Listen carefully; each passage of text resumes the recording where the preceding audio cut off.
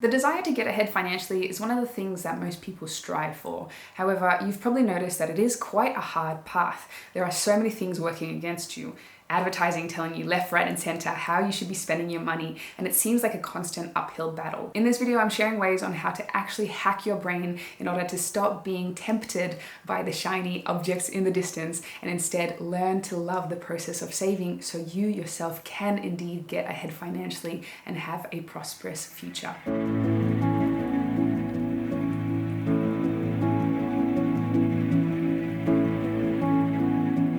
Hujambo, my name is Cyril Lamore and welcome to this Finance and Freedom channel. First of all, if you're brand new here, make sure you do subscribe. We put out videos every Tuesday and Thursday on all things finance and freedom. I really think you'll love this community, so stick around. If you love reading and absorbing information through stories, I highly recommend you subscribe to our newsletter. Leon is an exceptional writer that infuses the information with very valuable information, so sign up in the link in the bio. And finally, if you want to get ahead even more financially, make sure you check out the pre-sale of our new course and membership combo. Huge discount for lifetime access, link in the bio for that as well. Recently, I made a video that was pretty popular about how you are programmed to stay poor. In this video, I have some very concrete hacks that I've used myself in order to override programming so I fall in love with the process of saving money. Now, I know that it might sound a bit intense. Why would you want to hack your brain? Because unfortunately, whether you like it or not, our brains are being targeted left, right, and center by really powerful organizations, advertising and marketing companies with endless budgets, constantly telling you how you should think. Mix that with peer pressure. It's just not a really good environment for your brain to operate in and to be in control of the decisions you make. You probably know this for yourself. You want to make a new habit in your life become part of your core, but for some reason, things just slip and slip and slip. And then you look in the mirror and you're like, what happened? Where did I go wrong? Oftentimes, it's because you've handed over the steering wheel to somebody else with a lot of a marketing budget in order to persuade you to act a certain way and to choose a life more comfortable. Because humans, we're creatures of habit. It's obviously much easier to take the road more often traveled than the one that is harder. I've seen this for myself. There are many things that I've put on the plate for myself to do, and yet I can't believe the person that thinks that she's got such a strong mind. Why on earth can I not learn piano? I've tried for so long. Why can't I learn Icelandic faster? What is wrong with me? Let's not pretend that we are invincible, and let's learn the ways of actually getting ahead. And this first way is one of my absolute favorites that I just actually can't believe how powerful this strategy is. It is a little bit of work, but I think you are going to love it. Once you do it, it's going to change your life forever.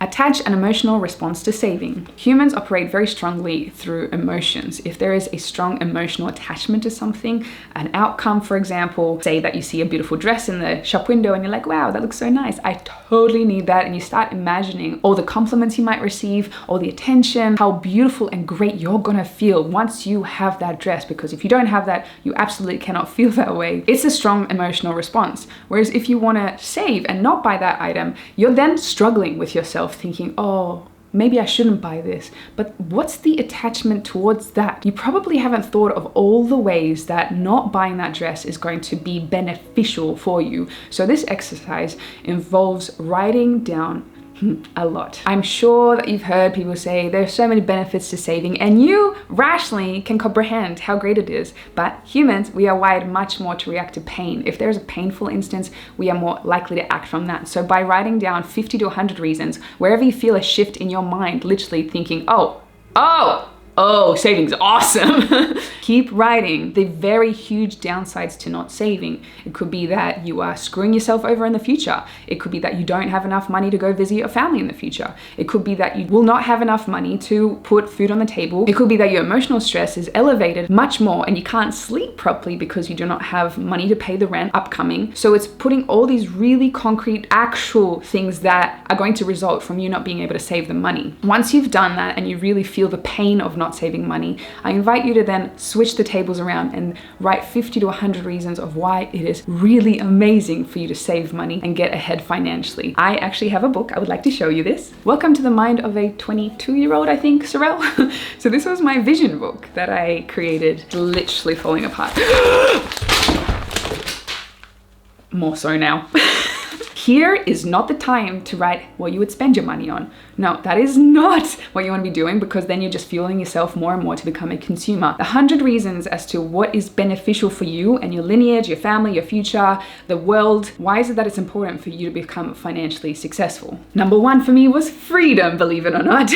2, health. 3, work on my own terms. Travel, support my family. If you can associate becoming filthy rich and/or becoming financially independent with as many great and tangible reasons, it is such a strong emotional response. You are no longer going to look at dresses and think, I need that, because you are so focused on the goal that you will not sway just because there's shiny objects put in front of you. This was one of the most important things I have ever done for myself. So I really hope, yes, it takes time. Yes, you have to think, but I really hope you do this, because our brain is a computer and you can overwrite all programming, but it does take time and effort. Put on a song, enjoy yourself, have some wine, whatever else, just write down the list. Enjoy the process. It is beautiful. It is you literally rewriting your brain for success. Think of prices in terms of hours. One of the most valuable things that you will ever have in your entire existence is time. There is no amount of time that you can ever buy, and you can't get it back. It is the most valuable currency that you'll ever possess. If you start thinking of items in terms of how many hours it would take for you to buy that, for example, I used to make $20 Australian, roughly an hour when I was a bartender. So there was at times, a garment, $40. That's 2 hours of my life. Would I be willing to stand there on my feet for 2 hours, serve rude customers, or really nice ones as well? I had a lot of those as well. Pour beers, clean up after customers, wake up at stupid hours to get to my bar shifts, go to bed at stupid hours. Would I be willing to sacrifice 2 of those hours in order to have that item? Oftentimes, I found that the answer was no. And it saved me from spending money on crappy things that I would regret later. Because again, it is your blood, sweat, and tears that you're putting into your work. And that means that these items of clothing are a result of that. This works for small items. This works for big items. Say that there is a TV that you want to buy and it's $2,000. My Lord Almighty, that's so many hours for most people in order to buy that TV. Maybe there's a way that you don't have to buy the TV. You can get yourself a laptop so you can be productive, build your online business on your laptop, as well as being able to watch Netflix if you are really into Netflix or Hulu, whatever. Now, I'm not saying that you need to deprive yourself of all pleasures in life and just hoard your money. No, I will have to admit though that I was definitely a hoarder of my cash when I was young, only because I had a very clear priority of what I wanted to spend my hard-earned time on. Not money, hard-earned time on. I was always, in my whole life, and still am, prioritizing health, freedom, which included travel, and education, because I knew it would help me to progress and make myself more valuable to society, and that in turn would then help to fund my other dreams, which was to be healthy and to have freedom. So even though to a lot of people, their perception of me, because I wasn't dressed very well, was, oh, that's a bit sad, why doesn't she have the latest and greatest things? My joy came from spending my hard-earned time on travels and expanding my viewpoint that way. So yes, I sacrificed in the short term looking good for other people, but it definitely brought me more joy. So having a very clear priority of what you are saving your money for, so you don't get tempted by societal pressures, for example, is super important. So what is the most important thing for you? Maybe it is fashion. Maybe you are absolutely willing to spend 2 hours of your life for that piece of clothing. It could be it, because it brings you so much joy, and you need to figure that out for yourself. What is it that brings you that much joy, and what is it that you're willing to sacrifice your hard-earned time for? Sleep on it for 30 days. This is a hilarious thing to talk about, considering I'm sitting on something that I made a total reactionary purchase to that I did not sleep on for 30 days. I was on the search for a couch. I was like, it'd be nice to have a couch for my office. Lockdown, made you want to decorate your house beautifully so that you would be surrounded by beautiful things. And so I walk into the store and there is this couch that I'm like, oh, that's so nice. And then I find out there's a 30% off sale and it's ending in 3 hours. I stayed in that shop for 3 hours staring at this couch.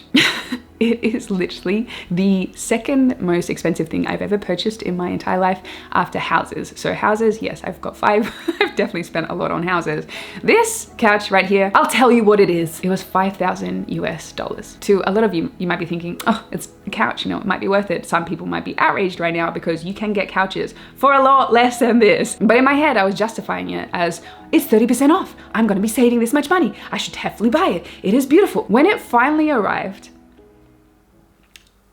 I didn't like the color. I didn't like it at all. I bought it so spontaneously that I think I actually chose the wrong color. I'm praying to the Lords right now that it turned out to be the perfect color because I painted the room and it somehow fit. I don't know how, I don't know why, but I still have this really weird negative connotation to this couch because I hate the fact that I bought it as a reactionary purchase. I think about this so often. I talk about this couch so much as me telling the story of how I spent so much on this couch, how I'm really disappointed in myself that I reacted this way. So not only did it cost me a lot when it comes to physical money, but it also has cost me a lot of mental space because I keep looking at this with a little tiny bit of regret. Like, why on earth would I spend that much money on a couch? I could have used this cash to buy a car. I could have used it down to improve a house, to make the tenants pay more for the rent because I improved the house more. I could have used it to have a personal trainer for months to get my body in check. Like, there are so many things that I could have spent this money on, and instead I get a couch that I use to film on. Like, I'm on this couch a little bit, but I would have been on a different couch a lot more. So reactionary buys are so painful, not only because they eat your hard-earned cash, hard-earned time,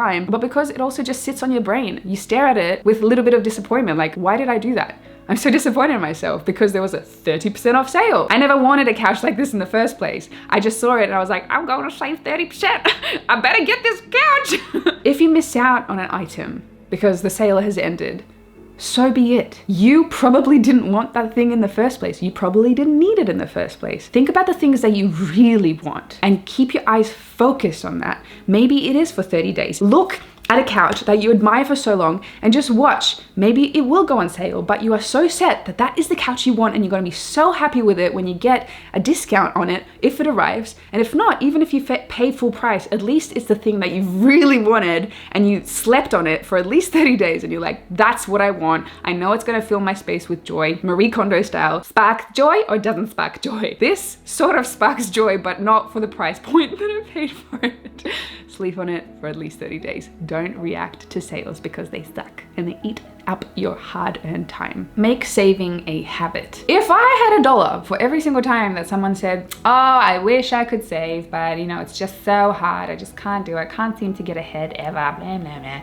I just can't seem to make the money by the end of the month. I'm always just living paycheck to paycheck. And I'm not saying people that legitimately are struggling with this issue, that they're just legitimately covering their expenses. I'm talking about people that often have very lavish items to show off, but they have $0 in their bank accounts. That is the majority of today's, you guys probably, sorry, no offense, but I hear this story so often and it drives me insane. You simply have not made it a habit in order to save. It is not your fault. I told you, your brain is always constantly being hijacked in order to make you spend, because these companies with giant budgets that have really clever psychological tricks to make you part with your money, they're after you all the time. Successful people become successful because of habits that they instill. It is not, you know, oh, I wish today to save the money, but I don't feel like it, so I'm not going to do it. When I talk about making it a habit to save, it means instantly the minute you make any money, the minute it comes into your bank account, 10% straight away goes into your savings account that you do not touch. I personally had a savings account that I called Wisdom and Immortality, and it was a bank account that I never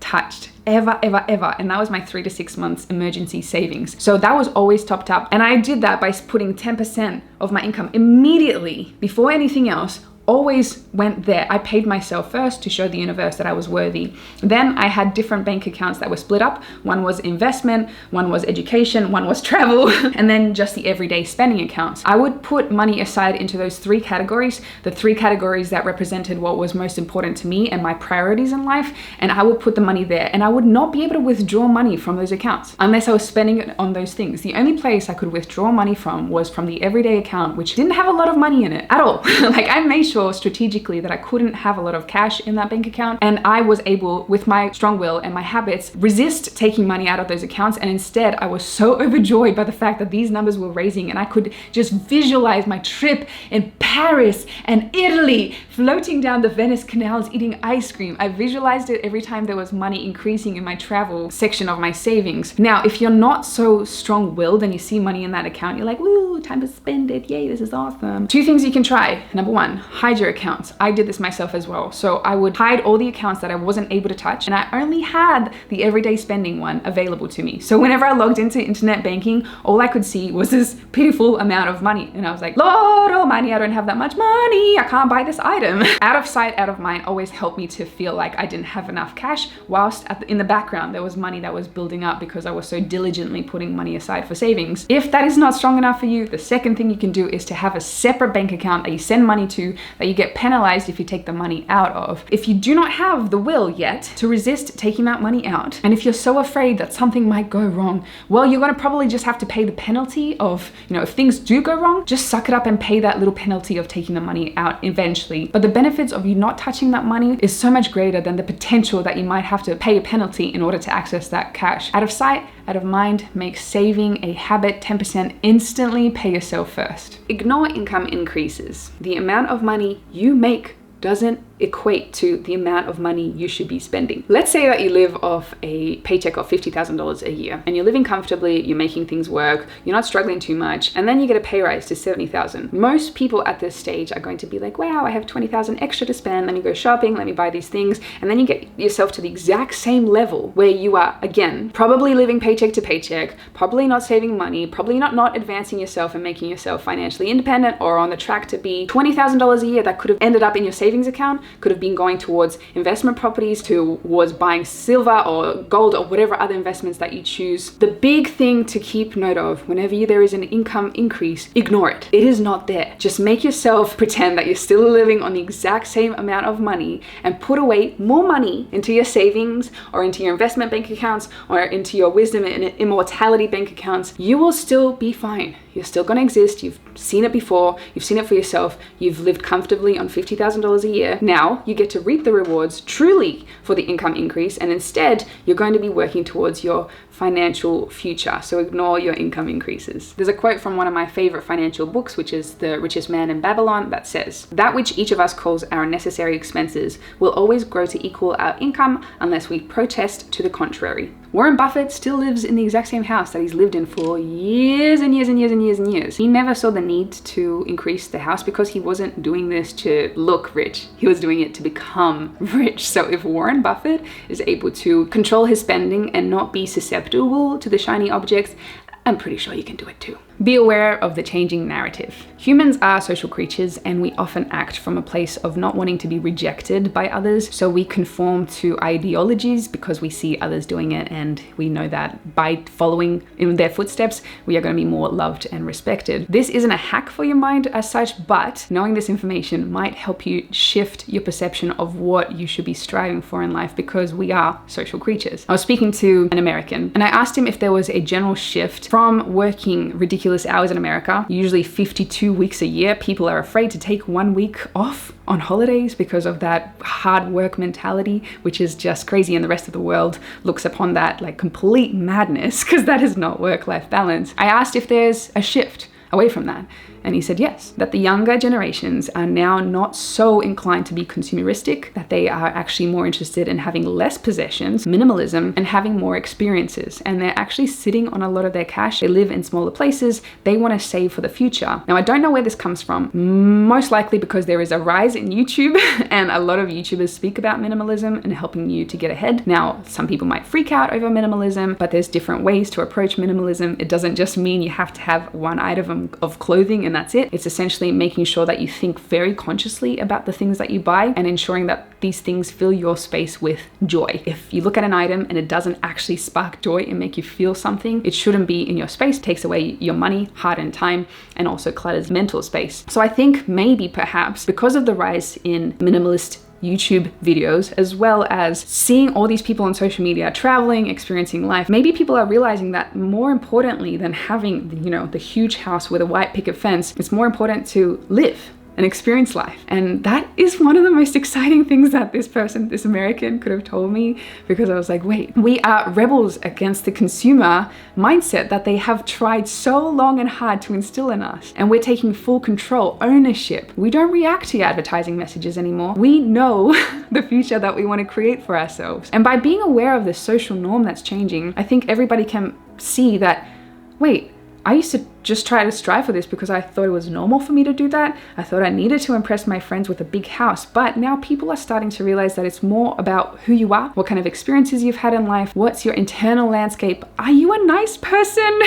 That's more important than the things you have. So we are shifting and evolving as humanity, and it's really exciting and really beautiful. So be aware of that. If you're still trying to chase impressing people, maybe you're just looking at the wrong places. Thank you so much for watching. I hope you enjoyed. If you have extra hacks on how to program your mind in order to get excited for saving, I would love to hear it. Please do the #1 exercise at the top. It is going to change your brain. It's wonderful. I really, really hope you take the time to do so. Don't forget, we have this epic newsletter that I think you'll love, so make sure you subscribe. And also the pre-sale of our course membership combo, huge discount for lifetime access. Check it out, link in the bio, and I will see you in the next one.